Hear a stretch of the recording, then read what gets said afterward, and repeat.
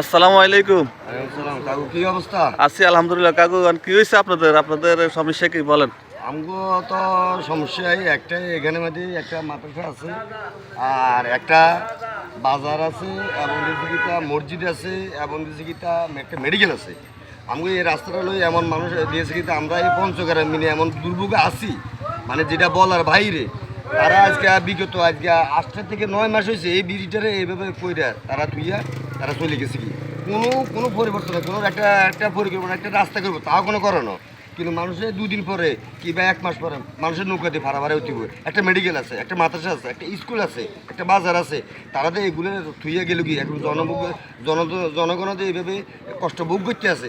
এই পঞ্চগ্রাম মিলি মানুষে একটা মাদ্রাসার পোলা বানে যাইতে পারে না, এমন একটা দুর্ভোগ আছে। আমি রিকোয়েস্ট করি এটাই উপজেলার মাধ্যমে এবং যাতে কন্ট্রাক্টর উপজেলা হইতে কিংবা কন্ট্রাক্টাররা যে নিচে এটা দেখুন অতি তাড়াতাড়ি পদক্ষেপ নিয়ে কিংবা যখন এটা তাড়াতাড়ি একটা দ্রুত ব্যাগে একটা যখন ব্রিজটা করা হয়, এটা আমরা প্রত্যাশা করি, অন্য কোনো কিছু না। কিন্তু বেসিকটা মানুষ তো যে দুর্ভোগ আছে, এক একটা মানুষের মাজা ভাঙ গেলাইছে, কেউ হাওয়া ভাঙ গেলাইছে, অ্যাক্সিডেন্ট হরি দিয়ে সিটে গরু বাজার গেছে, মানুষের গরু নিতে পারে না, এমন দুর্ভোগে আসছিল।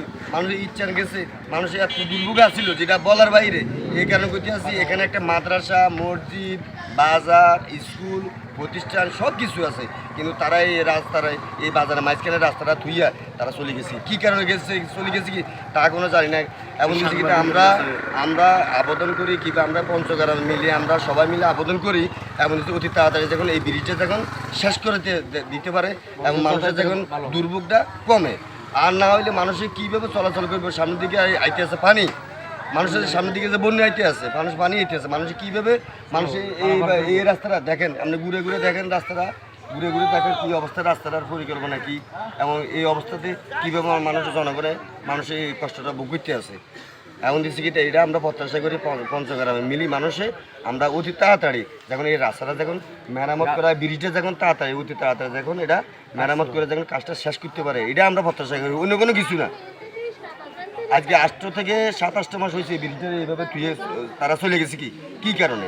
আজ যদি অন্য কোনো সাইডে হইতো তাহলে কথা ছিল না, অন্য সাইডে যাক মানুষের চলাফেরা কম আছে, কিন্তু দেখেন এইখানে একটা স্কুল, একটা মাদ্রাসা, একটা রেসিকিটা আপনার মেডিকেল, তারপরে একটা বাজার, এই মানুষের দুর্ভোগে দেখেন ইচ্ছা না আছে মানুষের কোনো গরু ছাগল নিয়ে ওনারা যাইতে পারে না।